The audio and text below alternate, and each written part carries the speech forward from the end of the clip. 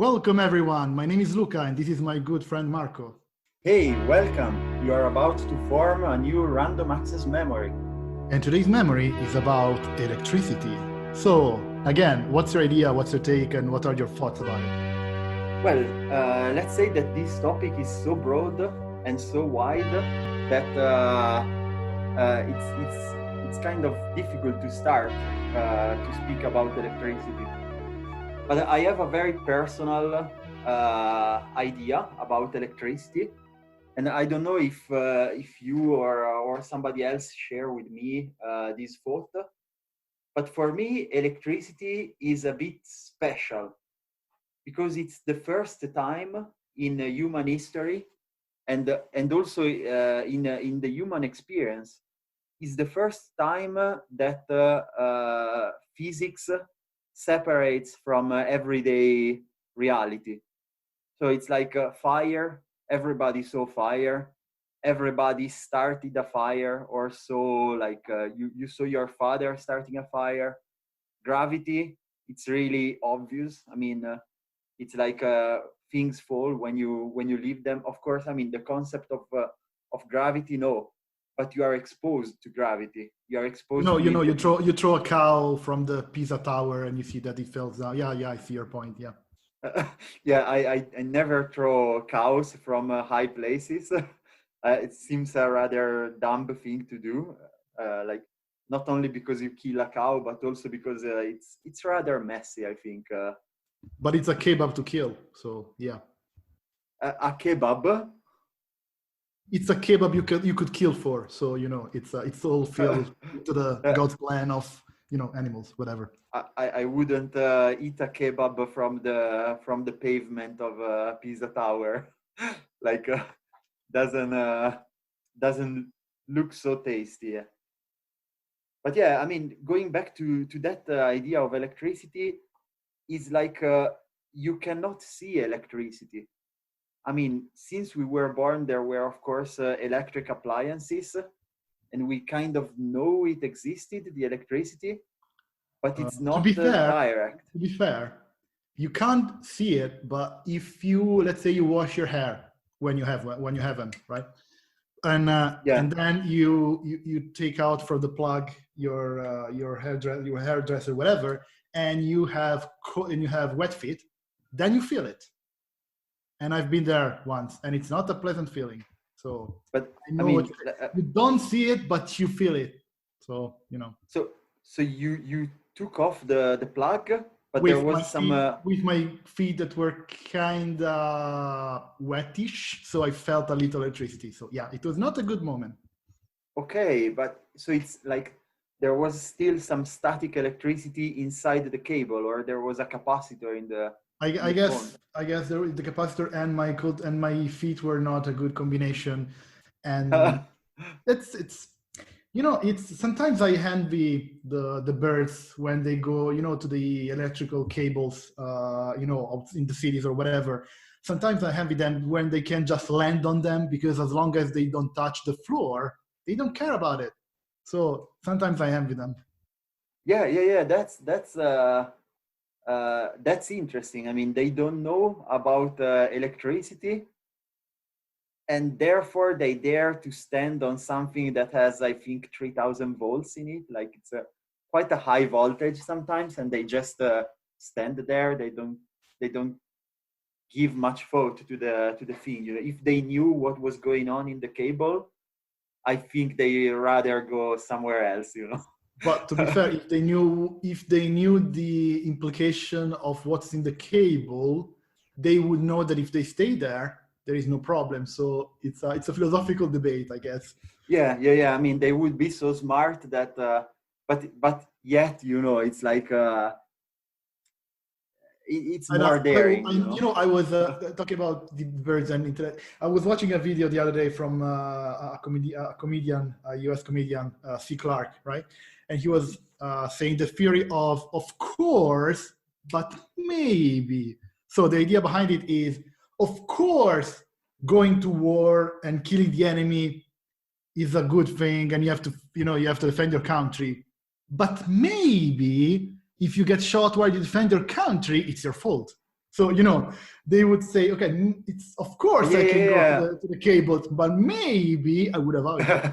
Yeah, maybe I would rather go to another place. But I think that if the birds were so smart to understand the electric grid, they would probably have their own electric grid, and we will probably be at war. Pigeon grid.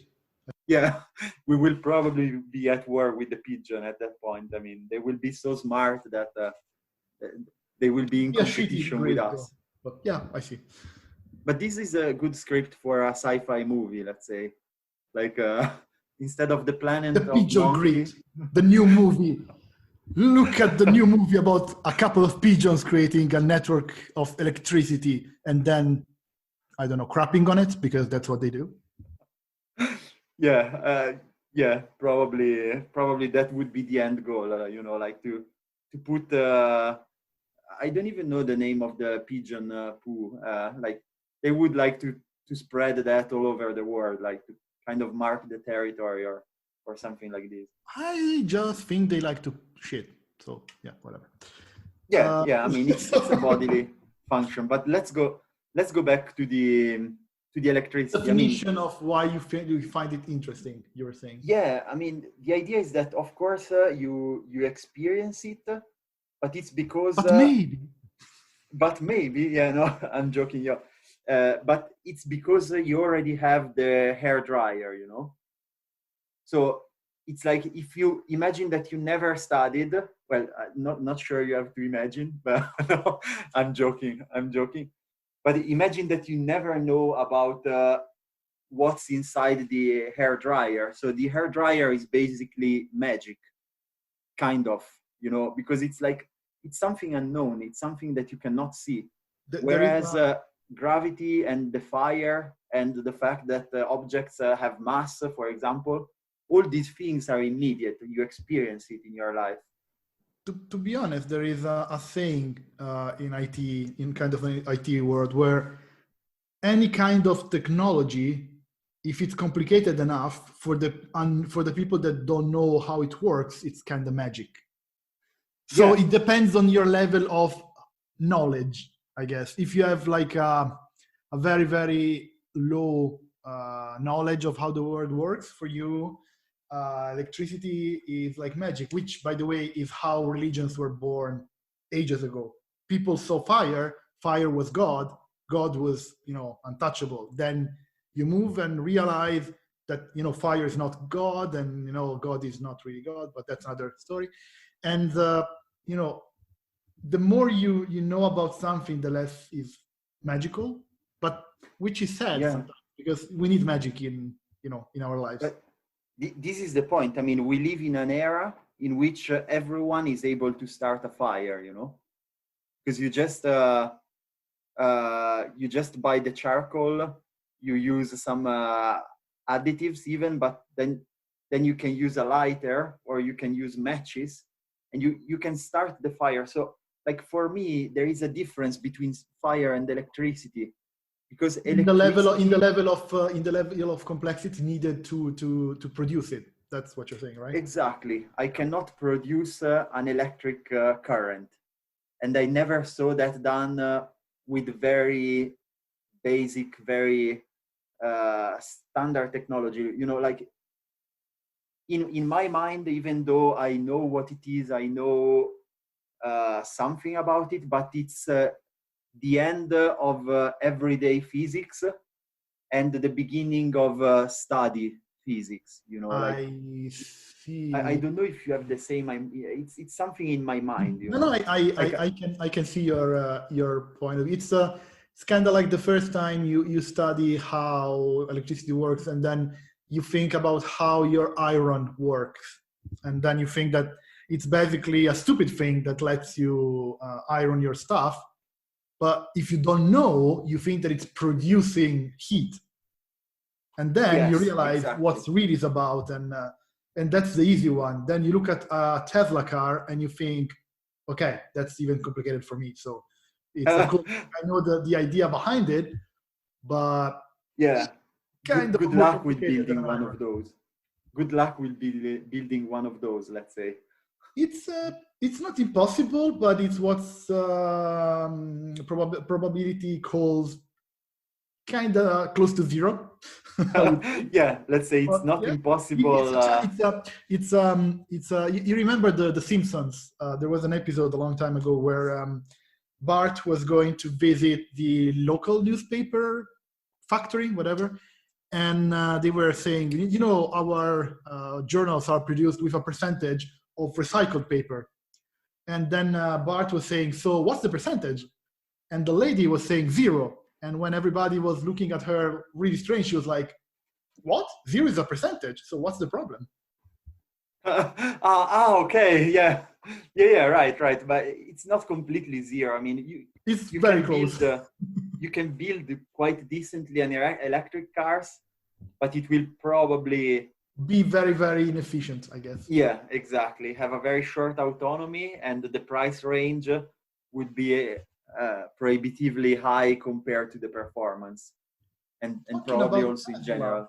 Talking about Tesla, have you ever thought about that beauty that Tesla coils are? I was very, let's say, moved by what they are. I'm not really knowledgeable about the technology of the Tesla coil. So if you can please elaborate a little bit. Basically, it's a pair of devices which basically were invented by Nikola Tesla, as you could guess, in around 1891. And basically, they produce high voltage, low current, let's say, alternate current. And the interesting thing is, you could, and that's the funny thing, you could use them to produce music. There is a movie from Disney, the Wizard Apprentice, I guess it was, yeah, with, I think it was 2000 something-ish, where they used the Tesla coils to produce music. You could hear the music of electricity. I actually saw a couple of videos on YouTube Yeah. where there were these Tesla coil doing sparks, like they do spark. You can physically see the electricity. That's the funny thing. You could see the electricity while they are in connection, with the two towers are in connection. And if you modulate the tension really well, you could make them sing. That's the real beauty. Yeah. I think it's like a thunder. When you see the thunder, then you hear this strong roar. But if you scale it down conveniently enough, and you have a way to play with the frequency of the sound. Just gave me an idea. You know what thunders are for the Earth? What's their, let's say, their effect on the Earth? I was just thinking. On the Earth? Yeah. So you know that the Earth has a core, and it's magnetic. The core is magnetic, right? Mm-hmm. So the reason why the Earth is basically all put together and we can walk and it doesn't implode or disintegrate or detaches is because we have a magnetic field. But that magnetic field is recharged every time there is a thunderstorm. That helps with the field that it's in the core. So basically, Earth is standing because the core is recharged when there is a thunderstorm somewhere. Well, I'm not really sure I got you, but I can tell you that Earth is basically a capacitor. So you have, I don't remember if it's the negative charge. I think in the clouds, you have more negative charge that builds up. And after a while, the difference of potential is so high that where you have high moisture because you have a thunderstorm, basically there it's like there is a chance for all this difference in charge to go back. So it's like the whole thing of Earth. It's like a giant capacitor, and yeah, I mean, but these phenomena are really complex and not so well understood. As I know, I mean, it's like the thunders are in itself. There are many different types of thunders. There are thunders from cloud to cloud, from cloud to ground. from clouds to the stratosphere. They are called sprites. I think they are different, but it's like the whole thing. It's mind-bogglingly complex. So Yeah, it's the cloud is a very complex subject, especially Google ones. So yeah. I see your point. Yeah, cloud. it's a subject. It's a matter on itself that requires more than a couple of minutes of explaining or thinking about it. So it was and just, it's also like it's one of those subjects that are so complex that basically I don't tackle it. Like it's still magic for me. Like I still consider it magic. As I said, you need some magic in your life. You don't need to have everything explained. You need some unknown. Yeah, but there is a far too much. But yeah, of course. I mean, going back to the history of electricity. I mean, talking about magic, who better than the ancient people misunderstood everything for magic, basically? So it's do you know what is the it's called the Baghdad battery or Parthian battery? You know what it is? I have no clue, but you're gonna explain to me, so go for it. Basically, it's like a jar. They were found in modern day Iraq, and they found these jars that they are believed to be from 150 BC to 650 AD. And basically, in these jars, there were a sort of socket made of copper, and in the center, there was a rod made of iron. And they did some analysis about this electrode because they have a very different electronegativity. And they figure out that these two things were submerged in something acidic. Could be like lemon juice, it could be vinegar. And basically, if you put two electrodes in an acid, and they also tried to recreate it, they had a very low tech, very inefficient electric battery, a battery cell, basically. And so, yeah, it was a little bit surprising to find an electric battery so old, and like people start to speculate what was that about, and they thought it could have been made for rituals, like some sort of like if God touch you, you get an electric spark or something like this, or medicine, some sort of medicine, maybe to cure the headache. Hold that thought about medicine, because when you're done, I have another idea to hit you with. Just to finish on medicine, actually, it looks like in the ancient time, the Egyptian or the Greeks used the electric fish to cure the headache. It was a cure for the headache. So this is like maybe they figured out that if they put copper and iron together in an acidic environment, they could have the same reaction that the fish, the electric fish, could produce. And in fact, like there is some electric eel in the Nile River, and in ancient Egyptian language, you can translate the name of this fish as a thunderer of the Nile, like something that makes thunders, basically. Sweet. That's an interesting application of what they didn't kind of know at the time, because I don't think they had any texts about electricity and potentials and whatever. So it's ingenuity at the core, I think. So going back to your medical reference, so yeah.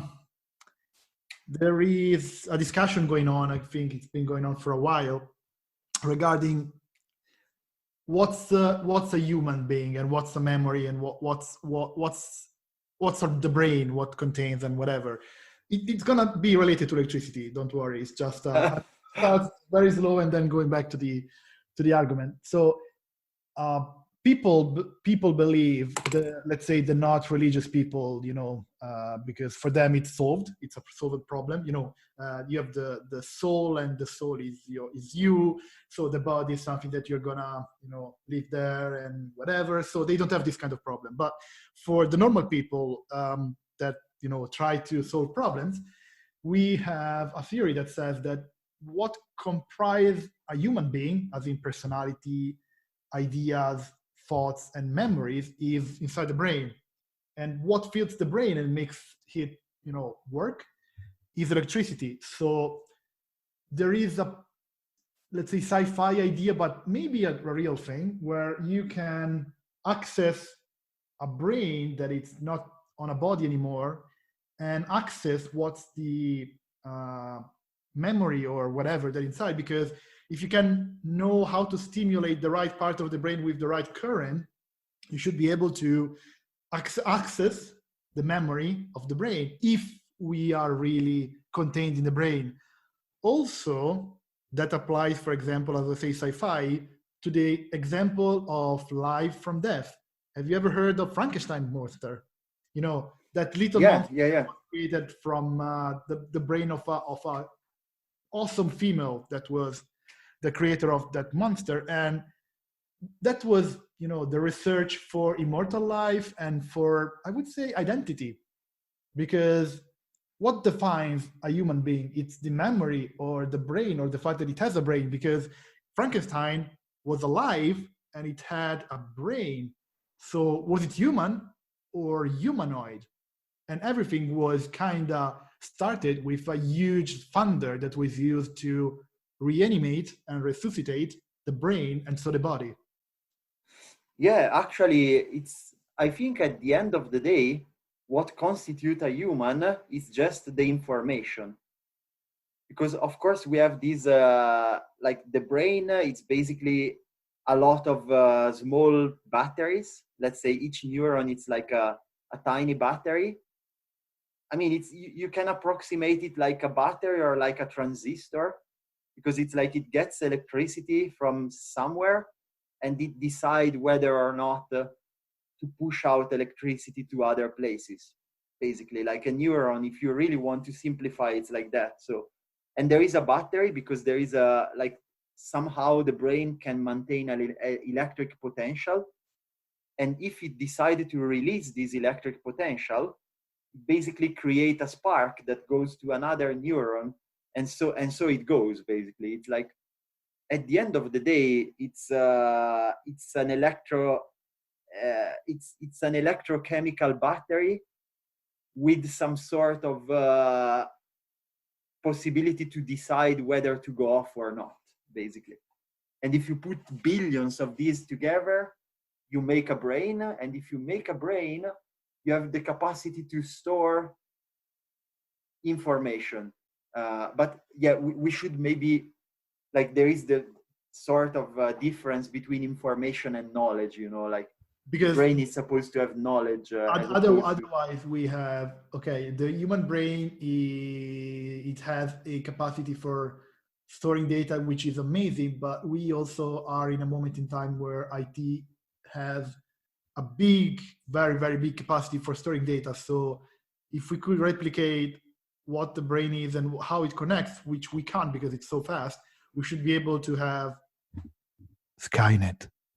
But that's another story for another time. Yeah. That's very interesting. That's very interesting.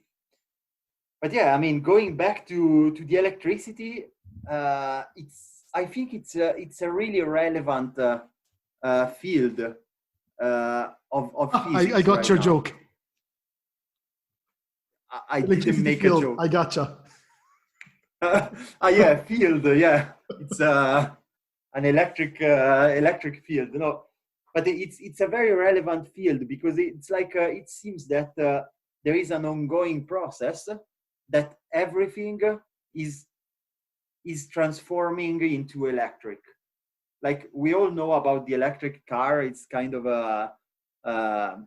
everywhere nowadays. We all talk about electric car, but also the heating system of many houses is switching to electric. So as opposed to burning wood or coal or gas, as we used to do. Fun fact, here in Ireland, 80% of all the electricity appliances, be it oven and whatever and so forth, are kind of electric, which is good for environment, but not for your, wallet.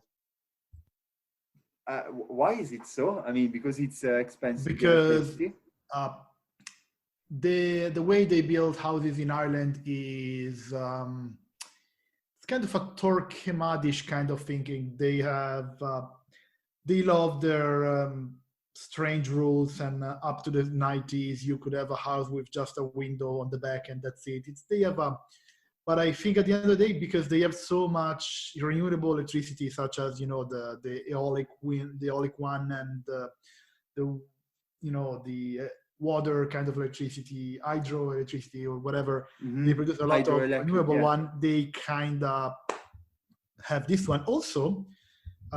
In this awesome period of isolation, apparently UK, they observed that all the electric panel, the light electric panel that they used in the last 10 years, with this beautiful weather and the fact that we are not using a lot of other kind of electricity, is very, very well used. And they have like 80% of the electricity from the light panels, which means that 10 years of investments are good, and it's a very viable way of using electricity, although it's not 100% yet. So we still need some alternative way to produce electricity.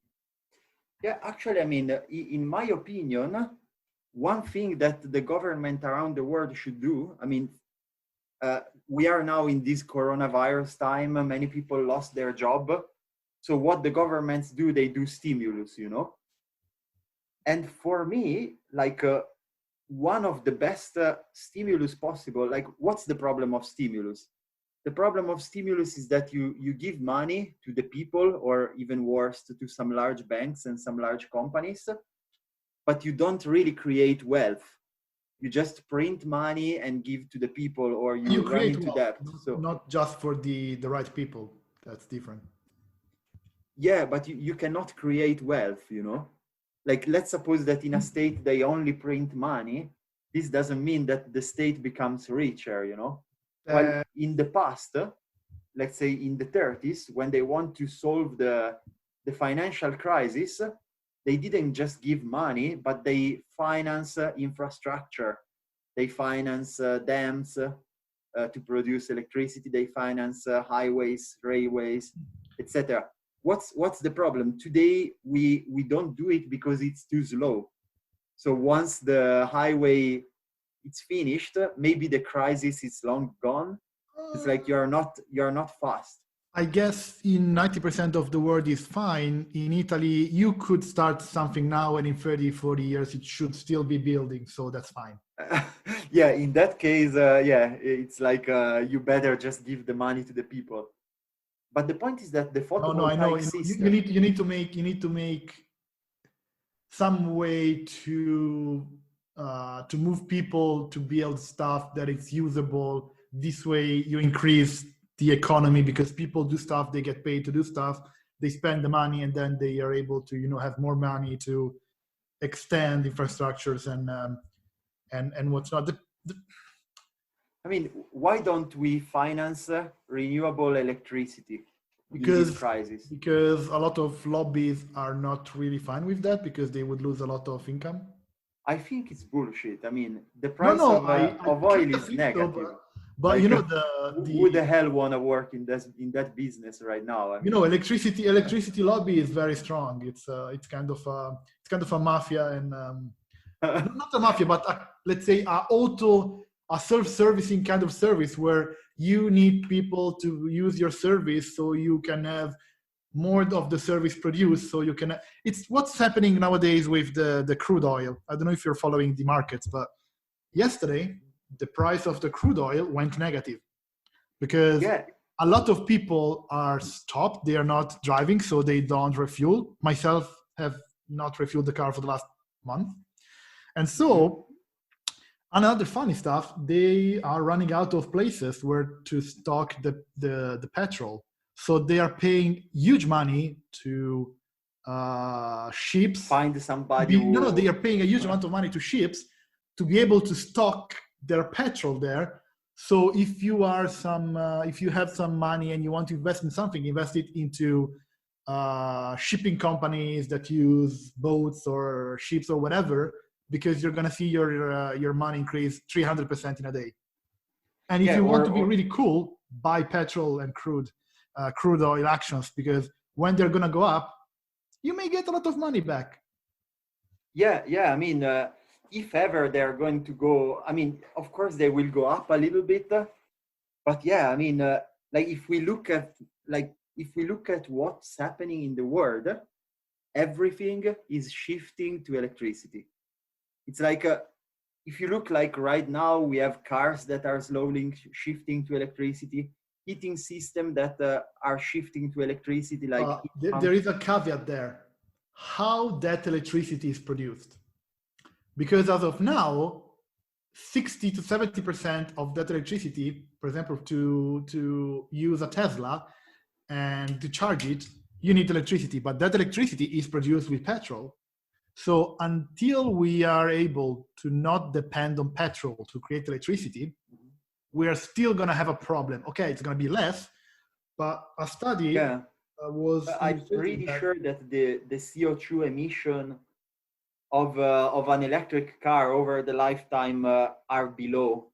Like, I mean, kinda no, because there was a study, and in the lifetime of an electric car, it's not really worth it as of now, because with the rechargeable, the electricity needs to recharge it and whatever, they pollute more than a diesel car at the moment, because until you can provide a clean and green production of electricity for the cars, you're still going to depend on petrol, so it's still going to be not worth it.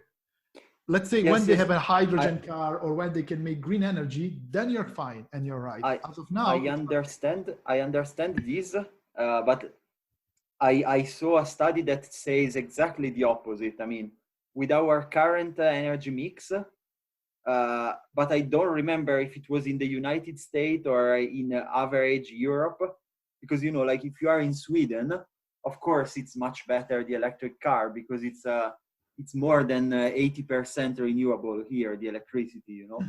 So Sweden, for sure, Oslo, Norway. I think in Oslo, sure, they plan to have by 2030, they plan to have 0 non-electric car, and they have the public transport, which is electric auto-driven.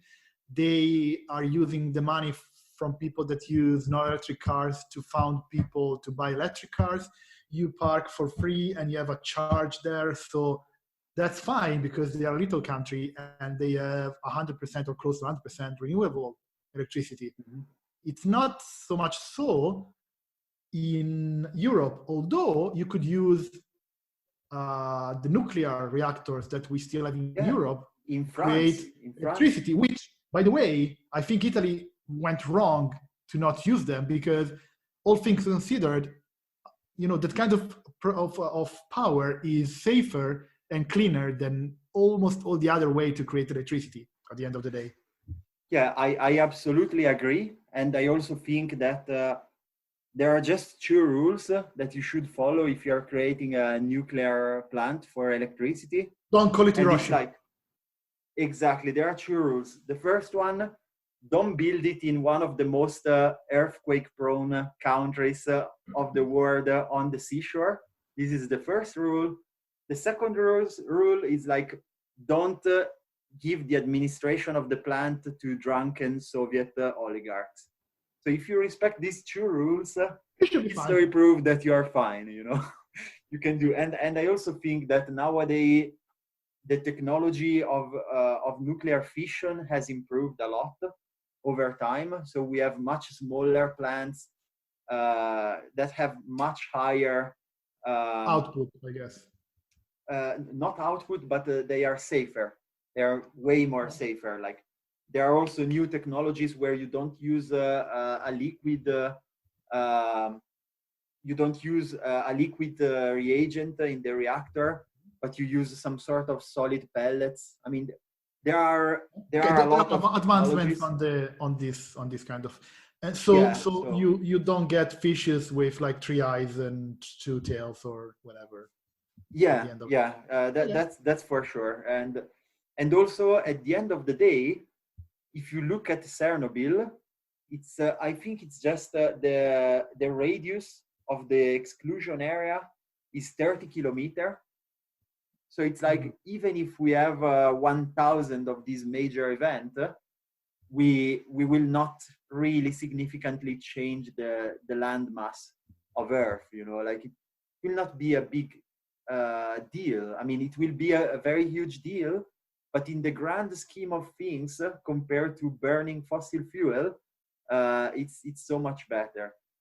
And on top of that, there are a lot of scientists that are going to study the wildlife in Chernobyl, because it's like, even if you have a radiation, the fact that you have the absence of people means that nature took over. You know, like there which kind though? Are we talking about, you know, the saber-tooth kind of tiger that disappeared a long time ago that came back alive, or we're talking about mutated animals? We're talking about normal ones? We're talking about they look like pretty normal animals.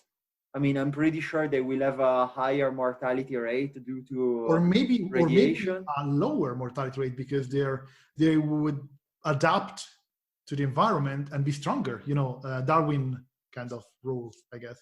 Yeah, I don't know if Darwin can kick in so few times, let's say, but for sure, I mean, they can survive. They are wolves. They can survive.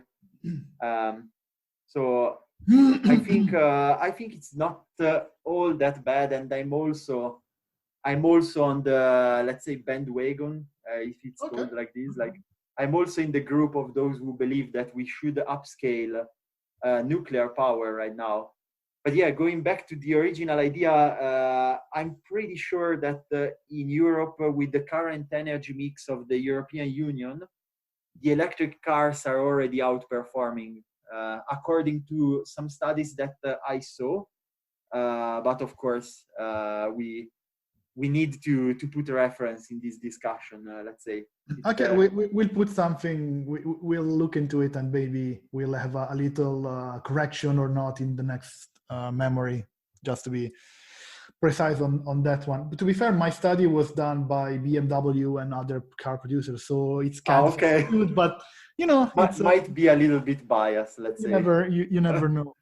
So as a last thought is regarding, you know, the idea about electricity and whatever. I do think that the appearance of electricity was a good driver for innovation and evolution of humankind, but I still think that we don't know the whole thing. We still have holes and, you know, things that we don't know about it. And I just want to know when the Tesla or whatever is going to cost me enough so I can buy it without, you know, losing my whole wallet and, drive one. And I think it will be pretty soon. And I want to close this podcast with a list of things that in the recent history or in the present are shifting toward electricity. So we have, of course, cars, which is the important thing of right now. Then we have a heating system that are going from burning things to heat pumps. Then we have the light. We used to use fire and candles or gas lamps or oil lamps, and we are now like almost completely on electricity. Then we have like guitars, like at least the electric guitar didn't exist before. Then we have other instruments like the theremin from Richard Theremin. And then trains trains used to go with coals, and now they are mainly electric. Mills use mechanical energy before, Yep. normal mechanical energy, and now they are almost completely I think electric. in your areas they are kind of all autosufficient with wind kind of production, I guess. Yeah, that's the point. You know, like nowadays nobody would do a mechanical mill. You just do a wind turbine and you produce electricity with that. And then if somebody needs a mill, it will use an electric mill instead, you know. And it doesn't have to be located where there is the wind turbine. Everything in our world is slowly going toward becoming electric. So it's time to say goodbye. Thank you for staying with us. Thank you very much. We wish you a happy week. And to see you next week with a new random access memory. Stay frosty and safe.